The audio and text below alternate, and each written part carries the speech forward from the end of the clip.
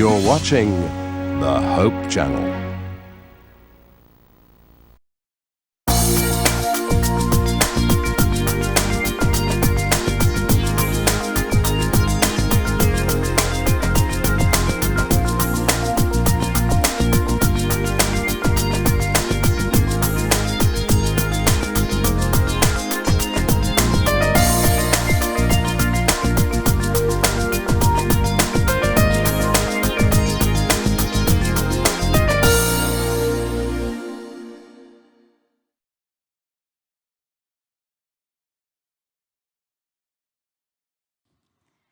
Hello, maayong buntag mga kapaglaom. Ni ana puta diri sa ato ang programang Lengguaheng Medikal because better knowledge means better health.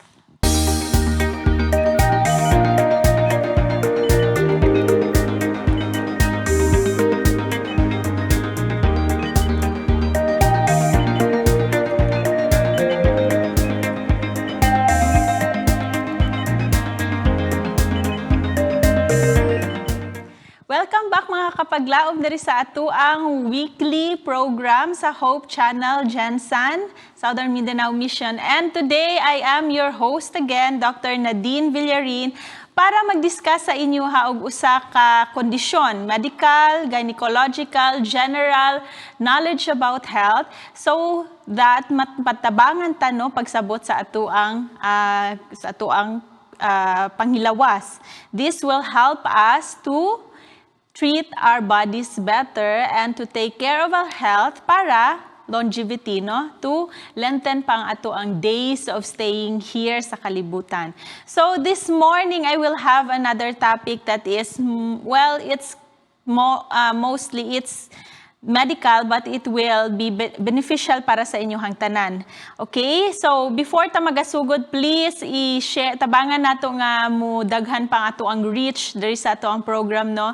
I-share sa mga nagapaminaw karon sa ato mga Adventist World Radios stations. Iagdaha ang inyong mga neighbors dira og inyong mga kaila nga mag-tune in kada adlaw sa ato ang dili lang kani nga program but sa tanang program nga ato ang naka-schedule na ato ang gina-broadcast diri sa Hope Channel SMM and also sa Facebook and YouTube channels. I-like ninyo ni unya inyo hapong i-share kay para pod na daghan pagtawo nga makadungog og makabalo about sa bantayng panglawas nga ato ang programa.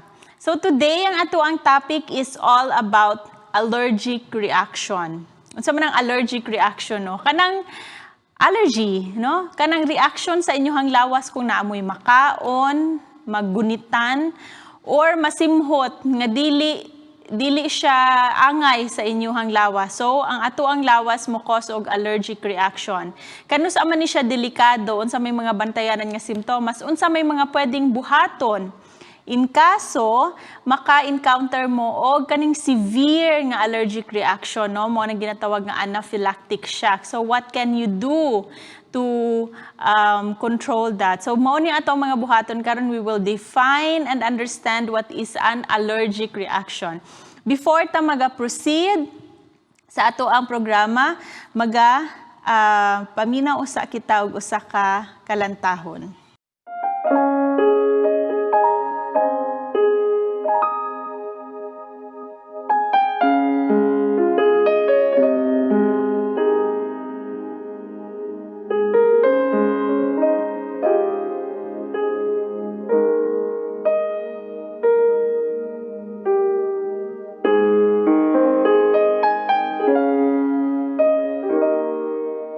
His hands, tools of creation, stronger than nations, power without end.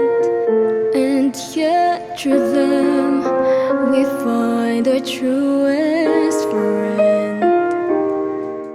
His hands, sermons of kindness, healing man's blindness, holding years of pain. Children are waiting to be held again. His hands would serve his heart.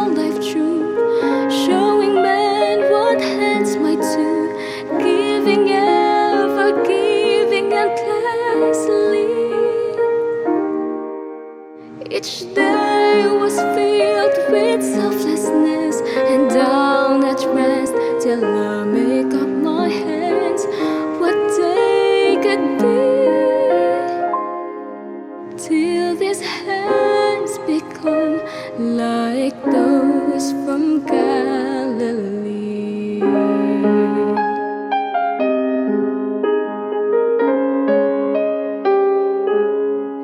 His hands lifting a leper, warming a beggar, calling back the dead, breaking bread, 5,000 fed.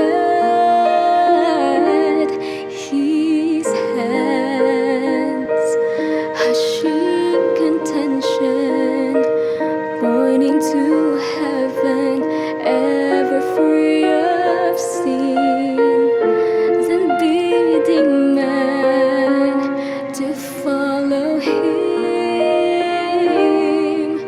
His hands would serve his whole life true, showing men what hands might do, giving, ever giving endlessly.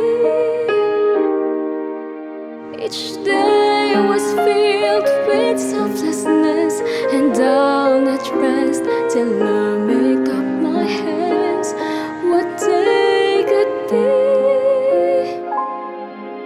till these hands become like those from Galilee.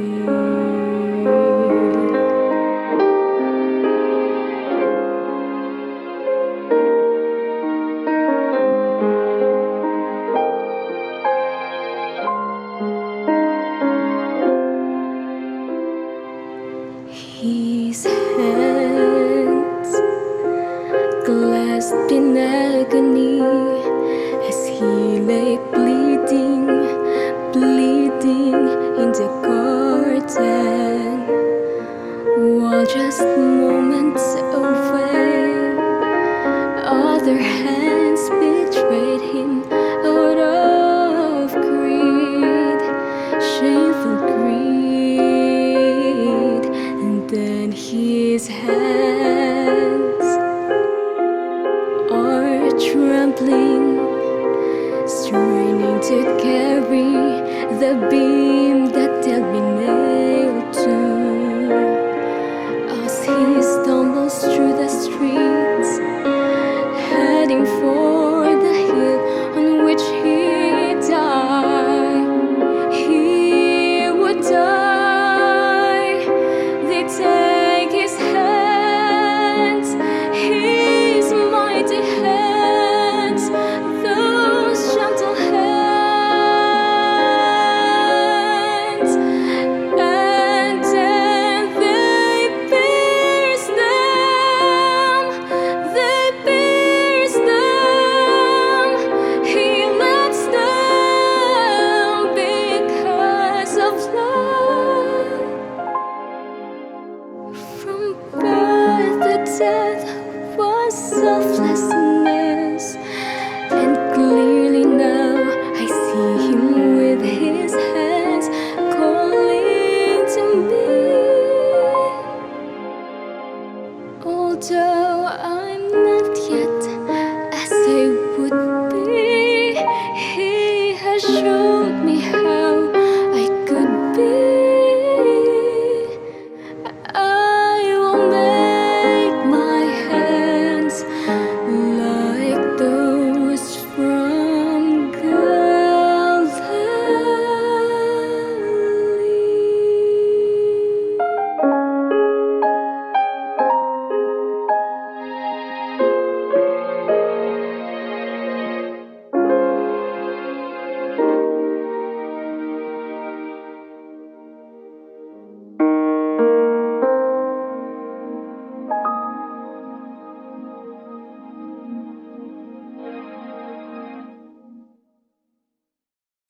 So welcome back mga kapagla-umaga. Discuss ta about allergic reactions. No, we will define unsa man ning allergic reactions. So allergies mo ni siyang ginatawag no nga reaction sa ato ang lawas or sa ato ang immune system to foreign substances.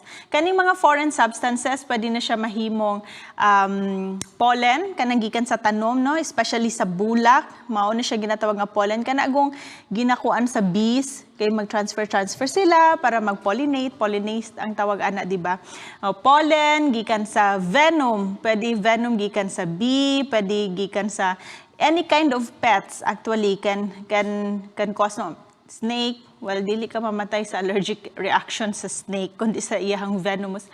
But actually, allergic reaction, severe anaphylaxis gapon ang tawag ana because the venom is very kuan gyud siya kanang deadly for certain mga reptiles and mga animals, no? Pet dander.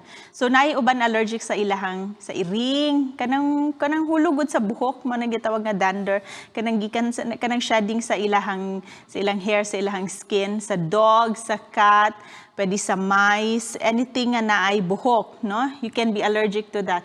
So most of mga tao, old, young, kids, okay lang ni sila ani, wala sila'y ma-feel. But there are some people yun na who develop allergic reactions to this, and then others who have anaphylaxis, no, anaphylactic reaction to this. So kaniman gud siya kung ma-expose ta aning mga foreign substances, ang mahitabo is ato ang immune system will kanang atong antibodies, no, duha man, it's either antigens or antibodies. Ang antibodies siguro kadungog na mo ana kapila na beses sa una pa.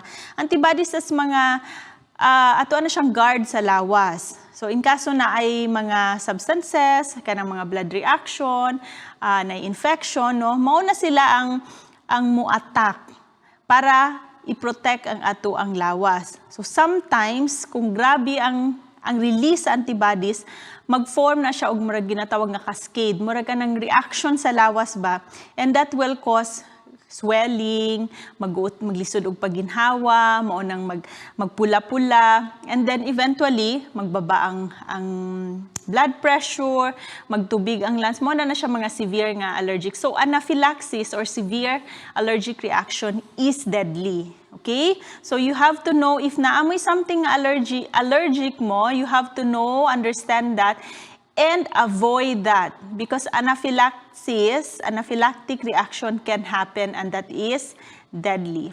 Okay?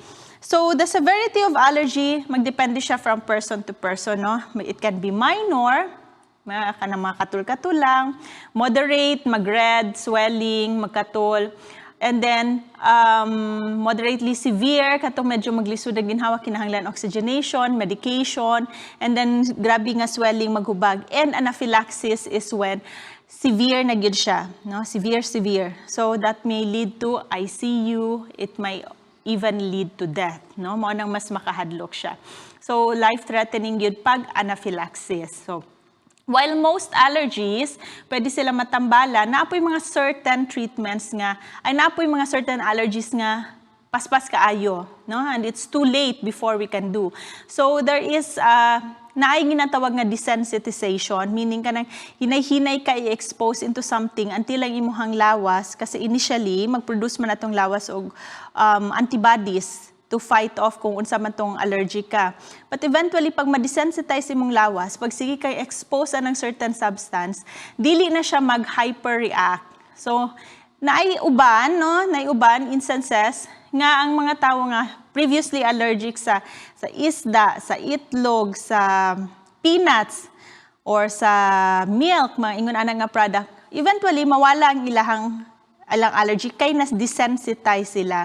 But there are certain individuals nga the more sila ma-expose sa certain nga substance, the more mag-increase ang ilahang reaction, and that can lead to anaphylaxis. So dili siya dapat bantayan gyud ninyo, no? Dili, because every case is different.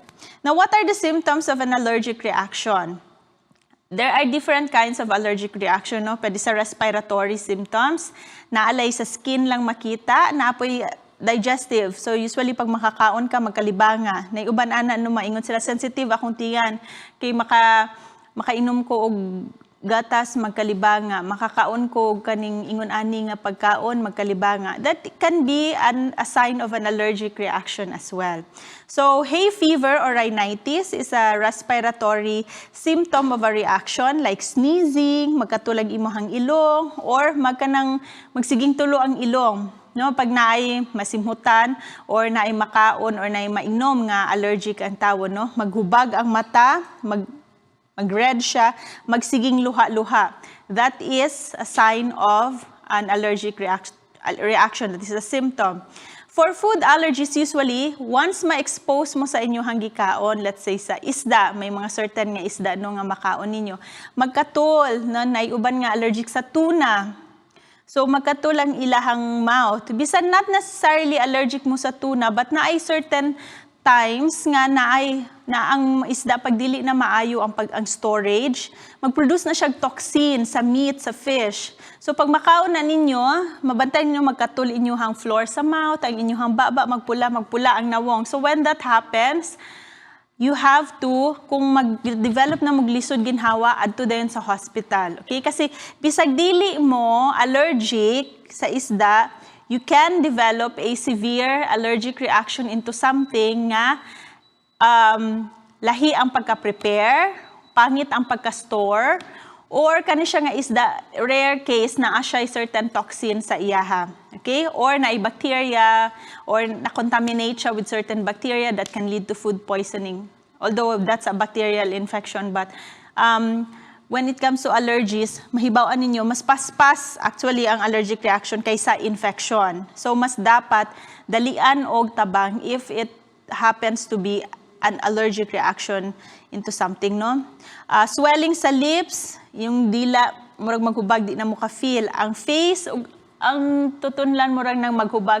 And eventually, maglisod ginhawa. Diretso na sa hospital, no? Ang uban kay, itulog lang sa kay basin sa isda lang ito nga nakaon niya. Wala na nakamata kay wala na kaginhawa. So when that happens, you have to check just to make sure. Anyways, if it's really an allergic reaction, daghag medication. I mean, there is a medication nga pwede ihatag to prevent nga mag-worsen ang condition.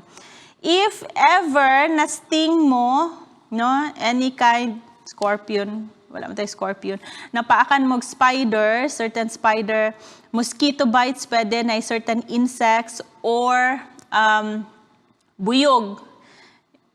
Tanang family sa bee, family, putsukan, buyog, o kanang gagmay kayo nga dili siya buyog, unsay tawag ana. So, pwede na siya mag-cause na siya allergic reaction. No? Naanay case na recently, bata, no namatay gud ang bata, na ICU siya for pila ka days, then namatay because nagdula-dula siya sa iyahang car. But this happened outside in the US. Nagdula-dula siya sa iyahang car, nabangga iyahang car sa kahoy nga naay balay sa mga buyog. And then ang mga buyog, kuan siya, unsa tawag ana? Gipaak siya. So mga 10 ka bee stings ang bata. Well, bata man gud gamay. And so, pagdala sa iya sa hospital, lisod na yun natubuhan, after pila ka days, wala na tabang. So, mga things like that, no? I also had an experience before, katong wala pa ko nag-OB, no, nag-moonlighting pa ko. Nag-golf sila, unya ang iyang bola na igo dito sa kahoy, nga kanang naibalay sa buyog. Napaakan siya duha, niburot gyud ang iyahang nawong, tibuok niyang nawong, and then naglisod siya ginhawa. Duha lang to, no? So, depende because there are many kinds of bees. Na uban nga grabe ang ilahag yung venom, ang ilahang toxins nga gi-carry. So, pag mga ingon ana siya, once ma-sting mo, and then naghubag maayo ang area, paspas man na siya, di ba?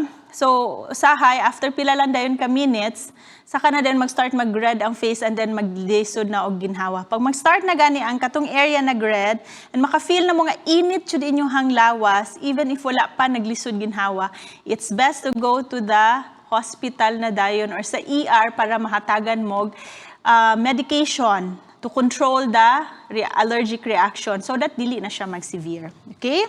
So, mo na siya buhaton just in case masting mo og mga labi na ka ng mga bee, no? Or insect sting. Pag mga drug reaction gani, usually the symptoms hives, kanang magpantal-pantal nga pula-pula, itchy ang skin, rashes, maghubag ang nawong, then eventually maglisod ginhawa, wheezing, and it can lead to anaphylaxis or the severe allergic reaction. So what to do? When you have taken a drug that you are allergic with or wala ka kabalo allergic ka, after taking the drug, within 30 minutes or less than 15 minutes, you develop symptoms of redness, swelling, difficulty breathing. Always go directly to the hospital. No? Certain people, there was a case also before I remember, nag-inom siya og mefenamic acid for the first time. Naghubag iyahang nawong, nag-swell. Iyaha lang gidala, no? Nagpahuway siya, nag-inom si Teresi, nag-rest. Pag mata niya, di na siya kaginhawa. So nadala siya sa hospital, hapit matubuhan, so, in fairness na wala naman siya natubuhan pero hapit gid siya ma-ICU. So mga things like that, ayaw gyud ninyo, ayaw jud pag kumpiyansa because allergic reactions can really come fast. So anaphylaxis can come fast, dili na lang mahibawan. And then when the airways maglock, no, you can just imagine kanang kalit lang ka tukon, ingon ana ang mahitabo. So walay mag-swell na siya. Once mag-swell na siya, even usahay maghatag mig tambal, dili siya dayon-dayon mahiyos ang swelling kay magsulod man ng fluid dito pati ang lungs. And sometimes bisan pagtubuhan na, lisod na magtubuhan because naguot na ang airway. So samtang wala pa na, it's best good nga maabtan siya before mag-worsen. Okay. So like I mentioned ganiha, anaphylaxis. Anaphylaxis is the type of allergic reaction that is severe. So it can be triggered by anything. Ang food, katong insect stings, drugs, bisan dander lang, no, bisan gamay kay nga butang uban allergic to plants, matandog lang sa certain nga plants, maghubag na dayon tibok lawas. Drinks, na mga tao nga allergic to unsa tawag ana, allergic to milk, alcohol, allergic to soya beans, beans, coffee, chocolates, no, daghan kay mga tao nga allergic to chocolates and peanuts. So anything nga naiingon ana sa drink or sa food, this can trigger even potentially life-threatening nga mga reaction, which is anaphylaxis. So usually what happens when there is anaphylaxis, since this is life-threatening, meaning it can lead to death, no? This can lead to shock. So symptoms nga bantayan would be kalit lang makuyapan. After exposure into something, no? Magbagsak ang blood pressure. Kana ma-check na nato sa hospital na. Mag-complain siya, shortness of breath after nag-turn init ang paminaw. Then maglisod kalit og ginhawa, nagpula na ang lawas. Ang pulse ko inyong kapaon. One of the signs nga nagabagsak ang BP is if kapaon ninyo ang pulso, no, diri mo pwede mamulso, pwede po diri sa liog, pwede po diri sa may sa tawagan niyo siko, di cubital area. Pwede ninyo ma-feel dira wala na mo'y makapa nga pulso. So that means bagsak na kaayo na ang iyahang BP, okay? And kasukaon, after halimbawa nagkaon or na-expose, mag-complain siya nga kasukaon, then nabantayan ninyo pula na inyong kauban, naglisod ginhawa, that is a symptom of an incoming anaphylaxis. So, unsay buhaton? Adto sa hospital dayon. Okay? Because we can administer medications to prevent a further progression pagid sa inflammatory reaction, katong cascade that would lead to shock, and then provide airway support and prevent pagid nga mag-go into arrest ang patient. So those are your signs to go into the hospital. So again, no, atong na-discuss ganiha, the causes of the most common causes of allergic reaction, mga airborne allergens like ang pollen, katong gikan sa animal, dust mites, molds. Be careful mo ha, usahay ra ba kita mga Pinoy makakitag bread nga naay mold, tanggalon ang naay mold area, no? Kanang mold musuksok pa biya na siya mga pila ka sentimeter gikan sa iyahang, mura na siya mangugat ba? Diba na molds, makita niyo kanang itom-itom. Tagalon lang ninyo to. Wala mo kabalo, isuksok pa to siya mga pila ka sentimeter. So, kung magtanggal, actually, wala tamo gina-encourage buhato na.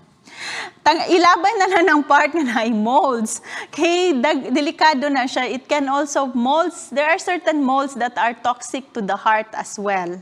So, avoid na lang kung para dili mag-molds, magpalit lang unsay kinahanglan kaunon. Ayaw pasagdiin yung mga pagkaon, magstay sa gawas.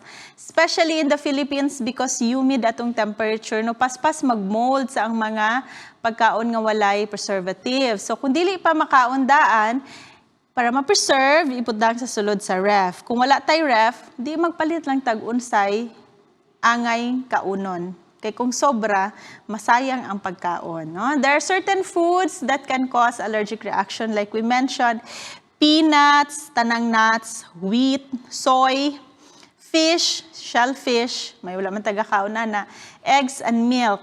No? Common insects that can cause allergy, bee sting or wasp sting, mga medication, usually mga NSAIDs, no? Like paracetamol, mefenamic, ibuprofen, naproxen.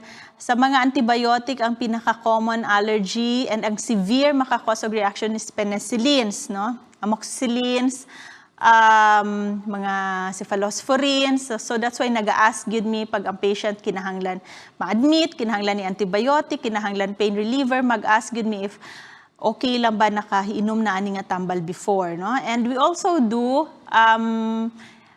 allergic skin testing or test dose. We do test dose to check for a reaction against the medication. May mga tao po, no, especially na ako'y mga kauban po sa hospital who are allergic to latex gloves. Kanang makita niyo ng working gloves, most of that are made in latex. So ako dili ko, but na ako'y kauban consultant and OB nga kauban allergic sa latex gloves. So iyang kamot magpanit-panit yun. Na yung mga tao nga allergic sa cold. Pag maligo sila cold water, magpulag yung tibok nilang lawas. Naapay case nga nakaligo siya tubig nga bugnaw, maglisod ginhawa after, no?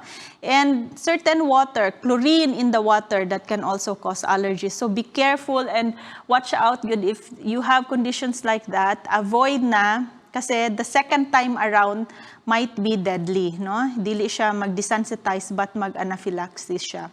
So, those are the complications in kaso, no, the anaphylaxis shock. So, when you have to go to your doctor, no, if you magpakonsulta mo if ever, dapat isulat ninyo yung symptoms. Pila siya ka-minutes usually magawas after exposure to a certain nga kanang substance. Any history of asthma can also trigger, no? Pag naamoy allergic reaction, it can also trigger asthma. I-list ninyo unsa inyong mga tambal nga ginainom, no? Unsa ang latest na inom ninyo. That will help the doctor understand unsa ang possible nga substance nga allergic mo. And then, unsa may pwede mabuhat to check, there is a certain test that is done, no? Para siyang allergy test ang tawag-ana na mga certain substances nga i-test sa inyo sa inyong skin para mahibawan kung unsa mga substances nga pwede mo react against so that ma-understand. Also recently naapod ko ako'y kaila, no? She's a medical representative. She had almost anaphylaxis and nadalagi siya sa hospital. May na lang kay naabtan and wala siya kasabot kung unsa ang nag-cause. Kas kabalo siya, usay ma-allergy siya sa cat. But nakakaunpod siya og kanang certain seafood and milk na gainom siya. Nag-try siya inom ang medication but nagaworsen iyang symptoms. So it's difficult sometime na ma-determine kung unsa gyud ang cause. That's why nagpa-test siya. But before siya nakadto sa iyang doctor for the allergy test, nag-severe pa iyang symptoms then nadala siya sa hospital then dito na siya na test and nahibawan unsa gyud ang cause sa iyang allergies. Okay? So there are certain medications that we can give the patient. These are only for mild allergies, no? Like mga redness na sa skin, napaakan mo mosquito, katol, na daplisan mo, katol, ginagmay. Once lang yun, the sign yun or the symptom that you really have to watch out for is kanang mag-red na yun ang tibuok lawas and maglisod, mag-start o murag nagahuot ang inyong paginhawa, go immediately to the hospital. Okay? Dili na siya madala og home remedy na lang or the common antihistamines that we can buy over the counter. Ang goal man gud ana is to prevent nga mag-anaphylaxis ang patient. Okay? Kasi pag nag-anaphylaxis na, sahay lisod na kayo i-reverse. So we don't want that to happen because anaphylaxis is really deadly. No? It's really life-threatening. So what can you do to prevent this allergic reaction if you have a certain type of allergy? In general, of course, avoid ang triggers. Kung unsa man ang inyuhang napansin nga mag-develop mo og redness, pag-itching, pruritus, any kind of substance, when you notice this, just avoid these substances. Keep a diary of the things nga pag ma-expose ka, mag-allergic reaction ka. Avoid doing self-desensitization. Kanang imuha lang, ikaw lang, hinay-hinay kay basin ma-desensitize. Always do things in accordance to a doctor's advice. So magpa-check sa ka. And then itest na, and then the doctor will advise kung okay lang ba ni siya or nag-improve ba imo hang response. Okay?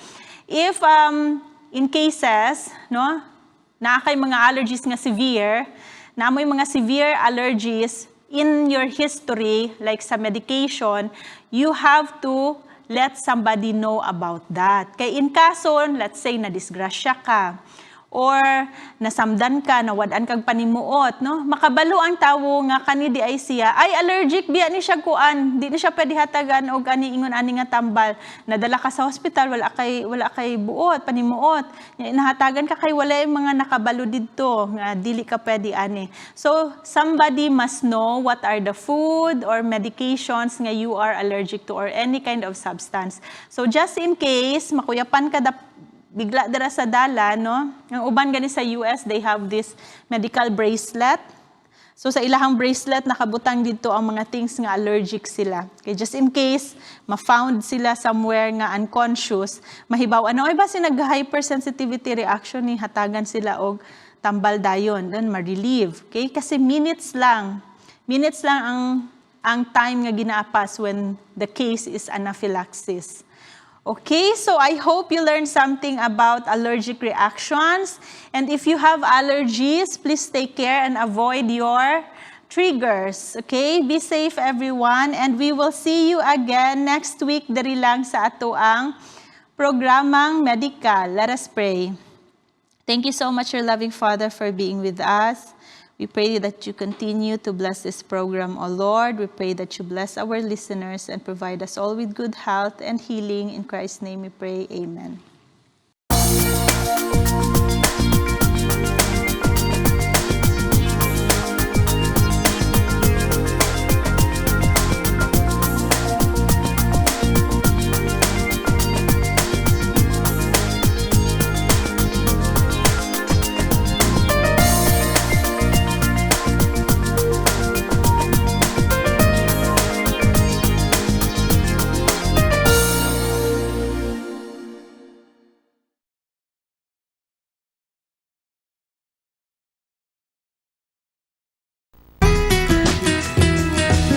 You're watching the Hope Channel.